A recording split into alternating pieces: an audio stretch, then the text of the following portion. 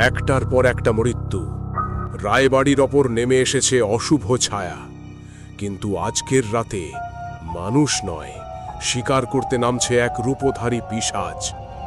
ইন্দ্র কি বাঁচতে পারবে? আর সেই তৃতীয় মোড়কে কি লুকিয়ে আছে?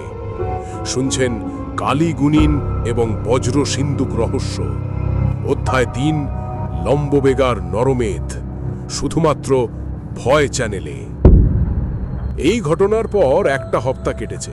কোনো ক্রমে অশৌচের কাজ ৩ দিনে সমাপন হয়েছে। দেবনগরের বাটি থেকেও দ্বীপ্রহরে এসে শোক জ্ঞাপন করে গিয়েছে। তাদেরও অশৌচ পড়ে। দেবনগরের সেই ঘটনার কথা ইন্দ্রর কানেও লোকমুখাত পৌঁছালে পর ইন্দ্র টের পেল যে ওই বাড়ির ওই দারোগার হত্যার সঙ্গে রাধাকান্তর হত্যার শতভাগ যোগাযোগ রয়েছে। কিন্তু সেই কথা যদি সত্য হয়, তবে গোটা রায়বংশকেই ঘরে ঘাপটি মেরে সতর্ক অবস্থায় দলবদ্ধ হয়ে থাকতে হয় অনন্তকাল। তাও কি সম্ভব? আজ নয় কাল কলকাতায় মায়ের চিকিৎসকের কাছে তাকে যেতেই হবে মায়ের হৃদরোগের ঔষধ আনার জন্য। সে কেমন করে ঘরে বসে থাকে? ঠিক পরদিনই আরও একটা দুঃসংবাদ এসে আছড়ে পড়ল দেবনগরের নায়েবের মুখে। গতকাল রাতে বাসুদেবের স্ত্রী সরজু খুন হয়েছে। কাক ভরে তার ঘাড় ভাঙা মৃতদেহ পাওয়া গিয়েছে বাড়ির পেছনের পাতকুয়ার ভিতরে। কুয়ার পাশে রাধা মাধবের প্রসাদের এক রাশ মুড়কি, কদমা আর খইয়ের মোয়া ছেটিয়ে রয়েছে। সে রাত্রির বেলা রাধা মাধবের প্রসাদ নিয়ে কেন পাতকুয়ার পাড়ে গিয়েছিল তা কেউ বলতে পারলে না, বাসুদেবও না।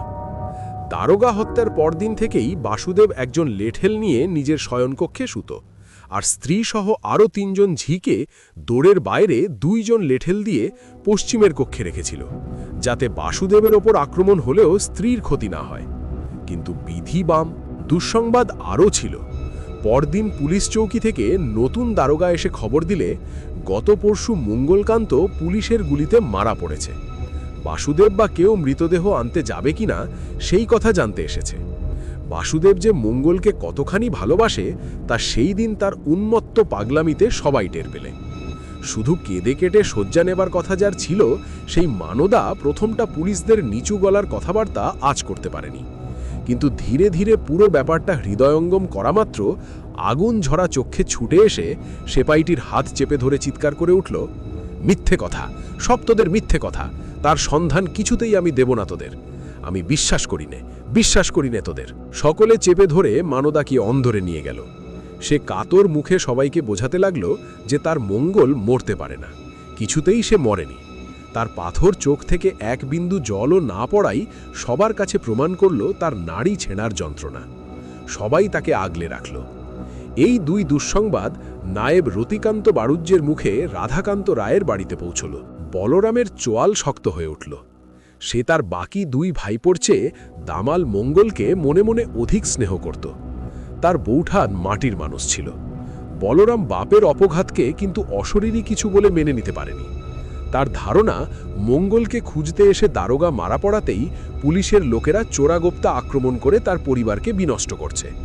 কিন্তু তলিয়ে ভাবলে বলরাম বুঝত যে মঙ্গলের প্রতি পুলিশের ক্ষোভ দেবনগর ছাড়িয়ে নামখানায় তার পরিবারের ওপর খামোখা পড়বে কেন, আর মঙ্গল নিহত হবার পরদিনই বা খামোখা তার মাকে হত্যা করবে কেন। বলরাম ৭-৫ ভেবে লেঠেল দারবানের সংখ্যা দ্বিগুণ করে দিয়েছে। সর্বোপরি তার খাস লেঠেল শঙ্কর লাঠির আগায় রামদা বেঁধে ঘোরে। শরীরধারী কোনো শত্রুরই রেয়াত নেই। শঙ্কর বলল, আপনি রোয়েন কর্তা, আমি না ডাকলে বাইরে আসবেন না মনের ভুলেও। আমি দেখি সে কেমন খুনি। আমি শঙ্কর লেঠেল, আমি তার মওড়া নেব। শঙ্কর তককে তককে থাকল গোপনে। নতুন প্রহরা বসানোর পর ২টি দিন পার হয়েছে। রাত বেড়েছে, গোটা গাঁ নিদ্রা গিয়েছে। শুধু গোটা রায়বাটির গুঠান জুড়ে শঙ্কর তার দলবল নিয়ে অতন্দ্র প্রহরা দিচ্ছে। বলরামের স্ত্রীর হৃদযন্ত্রের ব্যামা বলে সে ছেলের কক্ষে শোয়, কারণ রাত বিরেতে চিৎকার করলেও বলরামের গভীর নিদ্রা ভাঙে না। বলরাম নিচতলার কক্ষে শয়ন করতে যাবে, হঠাৎ একটা নাগরাই জুতোর অতি ক্ষীণ মচমচে শব্দে তার কান সজাগ হয়ে উঠল। কি যেন সন্তর্পণে পা টিপে টিপে ফটকের দিক থেকে এদিকে আসছে। বলরাম জানালার কপাটটা খুলে দেখল শঙ্কর এক হাতে সলতে কমানো লণ্ঠন আর অপর হাতে তার সরকি বাগিয়ে শিকারী বেড়ালের মতো দেউড়ি দিয়ে পেছনের বাগানের দিকে চলেছে অতি লঘু পায়।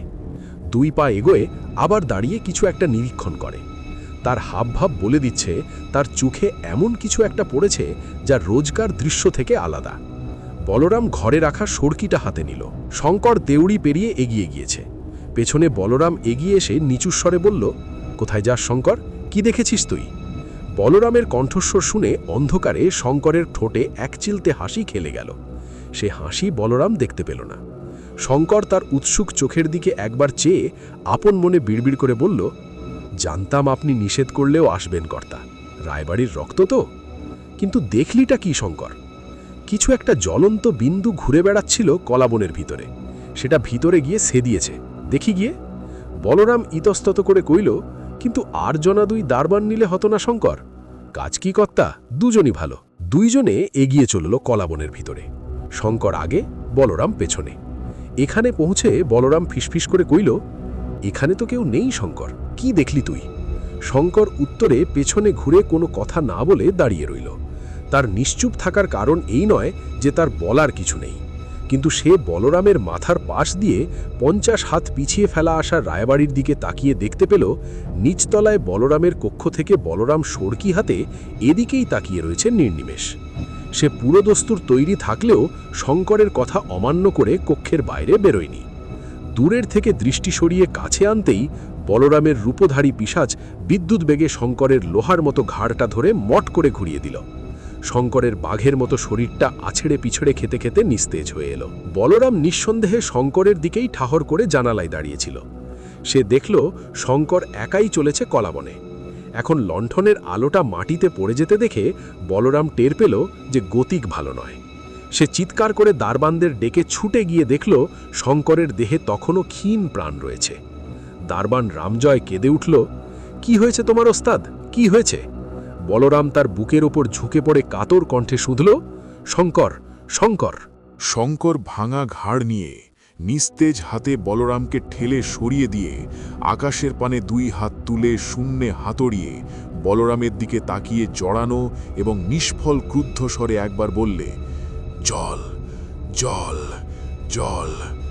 তারপরেই জল আনার এক পলকও সময় না দিয়েই তার প্রাণবায়ু নির্গত হয়ে গেল। বলরাম পাথর হয়ে বসে রইল। তার ধারণা হলো দূর থেকে শঙ্কর তাকে জানালায় অলস হয়ে দাঁড়িয়ে থাকতে দেখেই তাকে কাপুরুষ ভেবে ঘৃণা করল শেষ সময়ে। বলরামের বুকে শত মন পাথর চেপে রইল। সেই চিন্তা 10 গুণ হয়ে গেল যখন ভদ্রাসনের চৌহদ্দিতে পরপর 2টি অকাল মৃত্যুর জেরে গৌরীর পরপর ফিটের ব্যায়াম আরম্ভ হল। ইন্দ্র পরদিন মায়ের রোগের বাড়বাড়ন্ত দেখে বাপকে কইল, আমি 2 ঘোড়ার গাড়িটা নিয়ে চললাম, আর উপায় নাই বাবা। হাসপাতালে সার্জন মাকে আগেই দেখেছিলেন, মায়ের রোগের নিদানপত্র সঙ্গে নিয়ে যাচ্ছি, তিনি দেখেই ওষুধ দিয়ে দেবেন। বলরাম প্রথমটা হাঁ হাঁ করে কইল, না না না, সে হতে পারে না। উকিলের হাটে যে কবরেজ মশাই আছেন তাকে দিয়েই না হয়। কবরেজ পারলে কবরেজই দেখাতুম বাবা, এ কবরেজের কাজ নয়। মায়ের হৃদযন্ত্র অর্ধেক বিকল, হাসপাতালে গিয়েই ওষুধ মিলবে বাবা। আর একটা অপমৃত্যু আমি হতে দিতে পারি নে। সাঁঝ হবার আগেই প্রাণপণ ফিরে আসব, আর রামজয় আর সত্যবান আমার সঙ্গে যাক, ভয় নাই। বলরাম স্ত্রীর মুখ চেয়ে বিমর্ষ মুখে বললে, অনেকখানি পথ, সাঁঝ হবার আগে ফিরে আসিস বাপ আমার। আর এই গা বন্ধনের মাদুলিখানা এই লাল সুতো দিয়ে গলায় ঝুলিয়ে যা। তারপর একটু থেমে বললে, একজন গুণিনকে খবর পাঠিয়েছি সাগর দ্বীপের কাছে, খুব বড় গুণিন, সে এলে কিছু উপায় হতে পারে এই বিপদের। এই কথাটুকুতে বলরাম যে কি পরিমাণ অপত্য স্নেহ ঢেলে দিয়েছিল তা একমাত্র ইন্দ্রই বুঝল। সকাল সকাল ঘোড়ার গাড়ি ছুটে চলল ছড়ছড় শব্দে, আর সবার চক্ষের অলক্ষ্যে উড়ে চলল একটা কালো মেঘের মতো কিছু, ঠিক গাড়ির সঙ্গে তাল রেখেই। স্টেশনের পাশেই হাসপাতালের সামনে যখন গাড়িটা থামল, তখন মেঘটা ঝুপ করে একটা শালিক পাখির আকার নিয়ে হাসপাতালের গাছে গিয়ে বসল, যেখান থেকে চিকিৎসকের রোগী কক্ষের ভিতরটা দেখা যায়, কথাবার্তা শ্রুতিগোচর হয়। ইন্দ্র যখন ধর্মড় করে সার্জেনের কামরায় গিয়ে ঢুকল, তিনি তখন ভিতরের পর্দা ফেলা নিরীক্ষা কক্ষে নিজের কম্পাউন্ডারকে নিয়ে সম্ভবত 2 জন রোগীর সঙ্গে কথাবার্তা বলছিলেন। কাউকে দ্রুত পদে ঢুকতে শুনে তিনি পর্দা সরিয়ে বেরিয়ে এসে বিস্মিত কণ্ঠে বললেন, এ কি ইন্দু যে, সব ঠিক তো? খবর না দিয়ে এলে যে বড়, সব কুশল তো? ইন্দ্র প্রেসক্রিপশনটা টেবিলে রেখে কইল, মায়ের বুকের ব্যথাটা বড় বেড়েছে কদিন, ওষুধ নিতে ছুটে এলাম, একটু তাড়া রয়েছে, যদি এক্ষুনি দিয়ে দেন তবে বেরিয়ে পড়ি।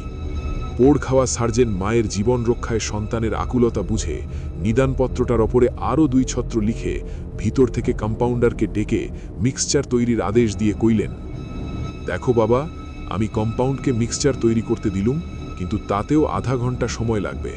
তোমাকে দেখে বড় বিধ্বস্ত মনে হচ্ছে, এ কি কেবল মায়ের অসুস্থতার জন্য? তোমার শরীর ঠিক আছে? ইন্দ্র প্রথমটা অস্বীকার করবে ভেবেও অভিজ্ঞ চিকিৎসকের খড় দৃষ্টির সামনে আগল দিতে পারল না। সে 2 বাড়িতে আদ্যপান্ত যা যা ঘটেছে সব বলার পর কিছুটা মনের ভার লাঘব হলো বটে, কিন্তু ডাক্তারবাবু মুখ চোখে করুণার দৃষ্টি দেখে ইন্দ্র পরিষ্কার টের পেলে যে তিনি বিজ্ঞানের ছাত্র হয়ে এই অলৌকিক কাহিনীর এক বিন্দুও বিশ্বাস করেননি, শুধু ভদ্রতার বশে চুপ আছেন। সার্জেন্ট ভিতরে গিয়ে একটু পর 3টি ওষুধের মোড়ক এনে বললে, তোমার তাড়া রয়েছে বললে, এখন আর ওষুধের বিবরণ দিচ্ছি না, মোড়কে মোড়কে লিখেই দিয়েছি, গিয়ে সেই মতো অনুপান করিও। আচ্ছা, আবার দেখা হবে পরে। ইন্দ্র বিষণ্ণ মনে ওষুধগুলি আর প্রেসক্রিপশনটা নিয়ে কামিজের বুক পকেটে ভরে বেরিয়ে এলো বাইরে। গাড়ি নামখানা অভিমুখে ফিরল, সঙ্গে মেঘটাও আবার ফিরে এসেছে। ঝড়টা উঠেছিল মোহনার কাছাকাছি পৌঁছতেই। ধুলায় ঢাকা দৃশ্যমানতা পেরিয়ে গাড়িটাকে চলতে হয়েছিল মন্থর গতিতে। ফল যা হবার হলো, মোহনার থেকে কাকদ্বীপের পথেই ঝুপ করে আধার নেমে এলো।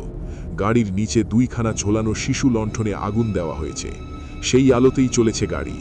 একে সাঁঝের আধার, তাই ঝড়ের দাপটে আকাশও অদৃশ্য। পথের দুধারে নিকষ বনবাদার আর তার বুক চিরে সরু পথ।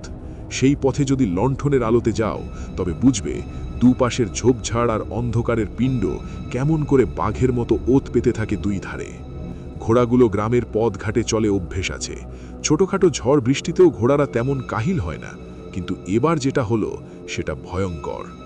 পথের সম্মুখে যেখানে লণ্ঠনের আলো আর পৌঁছয় না, সেই অন্ধকার জায়গাটা দিয়ে আরও অন্ধকার কি একটা যেন পথটা পেরিয়ে গেল। পেরোনোর পথে চরকি মাত্র একবার সে এই দিকে তাকালো। তার আগুনের গোলার মতো 2খানা জলজলে চোখ লণ্ঠনের অল্প আলোতেও ঝিকিয়ে উঠল। ঘোড়া দুটো প্রচণ্ড আতঙ্কে শির পা করে লাফিয়ে উঠতেই ইন্দ্র বেসামাল হয়ে ছিটকে পড়ে গেল নিচে, আর চোখের পলকে ঘোড়া দুটো ভীষণ বেগে দিশেহারাভাবে গাড়ি সমেত বাকিদের নিয়ে পথের বাঁকে হারিয়ে গেল। ছিটকে পড়েই শরীরের যন্ত্রণা ছাপিয়েও ইন্দ্র ভয়ে কাঠ হয়ে বুঝতে পারল সে কি ভীষণ বিপদে পড়েছে, কত বড় ফাঁদে পা দিয়েছে। ঝড়টা হঠাৎই একেবারে বন্ধ হয়ে গিয়ে চাঁদের আলো পড়ল বন ঘেরা পথের ওপর। 2 দিন পর পূর্ণিমা। চাঁদের জ্যোতি যথেষ্টই অধিক, কিন্তু এই গা ছমছমে জঙ্গলি নির্জন পথের গাছে গাছে চাঁদের আলো পড়ে তার ভয়ঙ্করতাকেই বহুগুণ বাড়িয়ে দিল। ইন্দ্র স্বল্প আলোকে সরু পথটা ধরে দক্ষিণ মুখে প্রায় ছুটতে আরম্ভ করল। তার প্রাণ যায় যাক, অন্তত দারবানদের হাতেও যদি মায়ের ওষুধগুলো পাঠিয়ে দেওয়া যায়। মরিয়া হয়ে ছুটতে ছুটতে হঠাৎ ইন্দ্র একেবারে কাঠ হয়ে থেমে গেল। হাতকুড়ি দূরে রাস্তার উপরে ওটা কি? একটা মিশমিশে কৃষ্ণবর্ণ ভয়ঙ্কর অপচ্ছায়া। চোখের জায়গায় 2টো রাঙা আগুনের ভাঁটি। তার 2 রোমশ হাতের মাথায় তীক্ষ্ণ নখরগুলো চাঁদের আলো পড়ে ঝকঝক করছে।